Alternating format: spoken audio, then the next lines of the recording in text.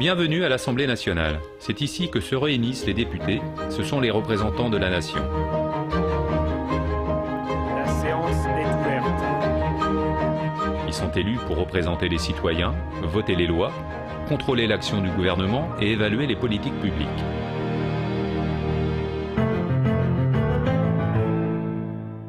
La Constitution de 1958 établit les différentes institutions de la République. Ainsi, l'Assemblée nationale et le Sénat forment le Parlement de la France. Conformément au principe de la démocratie représentative, le Parlement exerce le pouvoir législatif. Le pouvoir exécutif, lui, est exercé à la fois par le président de la République et par le gouvernement que dirige le Premier ministre.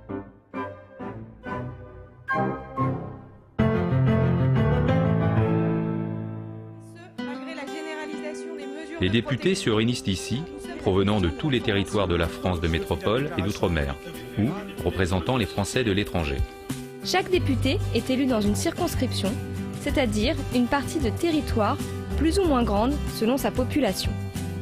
Dans le même temps, ils sont les représentants de la nation tout entière et de l'ensemble des citoyens. Au total, les députés sont au nombre de 577, élus tous les 5 ans lors des élections législatives. Tous les citoyens âgés de 18 ans et plus et jouissant de leurs droits civiques peuvent voter lors de ces élections qui se déroulent au suffrage universel direct. Élus par tous les Français, les députés reflètent la diversité de la société. Ils ont des origines sociales ou professionnelles différentes. Leur fonction est d'exprimer l'intérêt général. Qu'ils soient dans la majorité ou l'opposition, les députés participent toutes et tous au débat démocratique dans l'exercice de leurs différentes fonctions. Ils se répartissent entre les différents mouvements politiques, même si tous les partis ne sont pas représentés. Au sein de l'Assemblée, les députés de même sensibilité politique forment des groupes parlementaires, présidés chacun par l'un d'entre eux.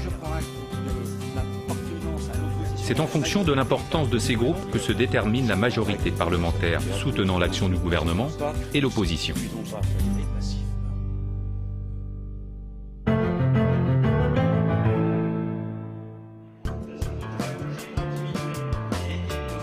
On retient souvent de l'Assemblée nationale les images de la séance publique ou de la salle des 4 colonnes, mais le travail des députés ne s'arrête pas là.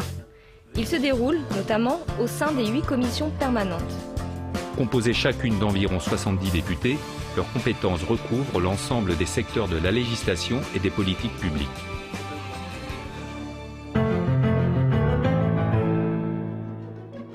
Faire la loi, c'est voter les règles qui s'appliqueront à tous les citoyens.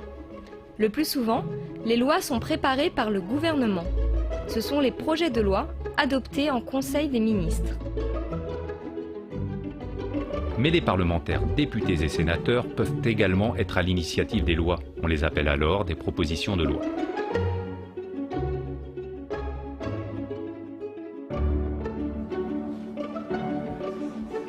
Les textes de loi sont d'abord examinés par les députés au sein des commissions permanentes.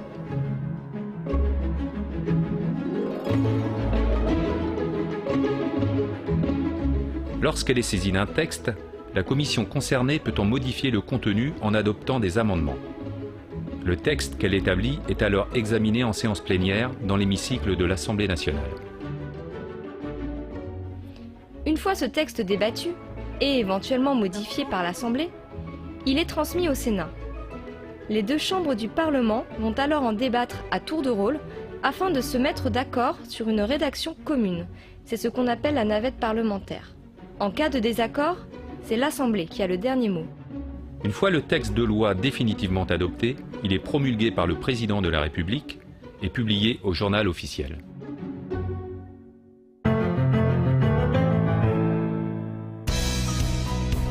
Les députés se consacrent également à leur fonction de contrôle de l'action de l'exécutif et d'évaluation des politiques publiques.